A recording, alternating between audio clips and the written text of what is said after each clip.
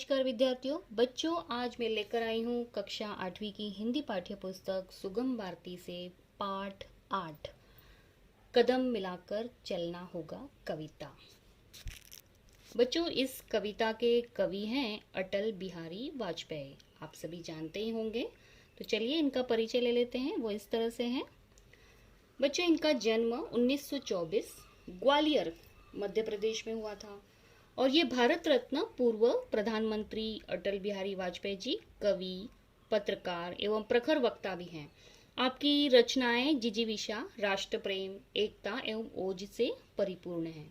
इनकी कुछ प्रमुख कृतियां भी हैं। मेरी 51 कविताएं कविता संग्रह है और कुछ लेख हैं, कुछ भाषण, बिंदु बिंदु विचार, अमर बलिदान, गद्य रचनाएं आदि। बच्चों, इस पाठ की, इस कविता की प्रस्तावना इस तरह से है कि प्रस्तुत जो गीत है वो नवगीत में वाजपेयी जी का कहना है कि जीवन में चाहे सुख हो या दुख, परिस्थितियां अनुकूल हो या प्रतिकूल, हमें सदैव कदम से कदम मिलाकर आगे बढ़ना चाहिए। तो चलिए सबसे पहले हम कविता गुनगुना लेते हैं। वो इस तरह से है, कदम मिलाकर चलना होगा। कवि कहते हैं, बाधाएं आती हैं आए, घिरे प्रलय की घोर घटाएं, पांवों के नीचे अंगारे, सिर पर बरसे यदि ज्वालाएं, निज हाथों से हंसते हंसते आग लगाकर जलना होगा, कदम मिलाकर चलना होगा।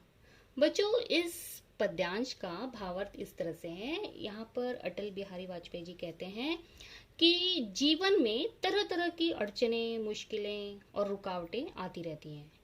इन रुकावटों से हमें डरना नहीं चाहिए। हमें इनकी परवाह न करते हुए इनका सामना करना चाहिए। वे कहते हैं कि बाधाएं आती हैं तो उन्हें आने दो, भले प्रलय की आशंका ही क्यों न हो, हमारे मार्ग में आग के अंगारे ही क्यों न बिछे हों, चारों ओर से विपत्तियों ने घेर क्यों न रखा हो, पर हमें इनकी परवाह न करके इन कठिन परिस्थितियों में तप कर अपने आप को निखारना होगा। हमें सदा कदम से कदम मिलाकर आगे बढ़ते रहना चाहिए। इस तरह से कह रहे हैं। अगला पद्यांश इस तरह से है बच्चों, हास्य रुदन में, तूफानों में, अमर असंख्य बलिदानों में, उद्यानों में, वीरानों में, अपमानों में, सम्मानों में, उन्नत मस्तक, उभरा सीना, पीड़ाओं में पलना होगा, कदम मिलाकर चलना होगा। इस दूसरे पद्यांश में कवि कहते हैं कि जीवन में परिस्थितियां सदा एक सी नहीं रहती हैं। कभी खुशियों का माहौल होता है तो कभी गम का। जीवन में कभी उथल पुथल की स्थिति आ ही जाती है तो कभी त्याग और बलिदान की आवश्यकता भी पड़ती है। कभी जीवन में हरियाली ही हरियाली होती है तो कभी उजाड़ और भयावह परिस्थितियों को भी झेलना पड़ता है। जीवन में कभी सम्मान मिलता है तो कभी अपमान भी सहना पड़ता है, पर हमें इससे निराश नहीं होना चाहिए। जीवन में इस तरह के उतार चढ़ाव आते ही रहते हैं, अतः हमें जीवन में आने वाले हर प्रकार के कष्टों को सीना तान कर हिम्मत के साथ सहन करना चाहिए। हमें सदा कदम से कदम मिलाकर निरंतर आगे ही आगे बढ़ते रहना चाहिए। बच्चों, चलिए चलते हैं तीसरे पद्यांश की ओर। वो इस तरह से है, उजियारे में, अंधकार में, कल कछार में, बीच धार में, घोर घृणा में, पूत प्यार में, क्षणिक जीत में, दीर्घ हार में, जीवन के शत शत आकर्षक अरमानों को दलना होगा, कदम मिलाकर चलना होगा। तीसरे पद्यांश में कवि कहते हैं कि जीवन में कभी उजाला होता है यानी सुख समृद्धि का समय होता है, तो कभी अंधेरा यानी दुख दर्द का समय होता है। कभी जीवन नदी के कछार की तरह भांति शांत होता है तो कभी बीच की धारा की भांति उथल पुथल मचाने वाला होता है। कभी घृणा जैसा अपमान सहन करना पड़ता है तो कभी पवित्र प्यार भी मिलता है।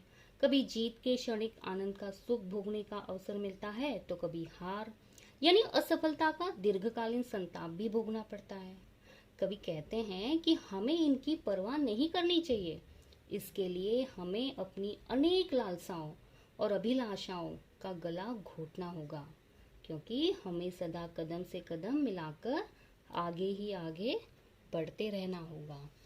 चलते हैं आखिरी पद्यांश की ओर। वो इस तरह से है। सम्मुख फैला अगर ध्येय पथ, प्रगति चिरंतन कैसा इति अब। सुस्मित हर्षित कैसा श्रम चलत, असफल सफल समान मनोरथ। सब कुछ देकर कुछ न मांगते, पावस बनकर ढलना होगा, कदम मिलाकर चलना होगा। बच्चों, इस आखिरी पद्यांश में कवि कहते हैं कि हमारे समक्ष हमारे उद्देश्य का मार्ग यदि प्रशस्त है तो हमें निरंतर प्रगति पथ पर बढ़ते रहना है। अब उसकी समाप्ति नहीं हो सकती।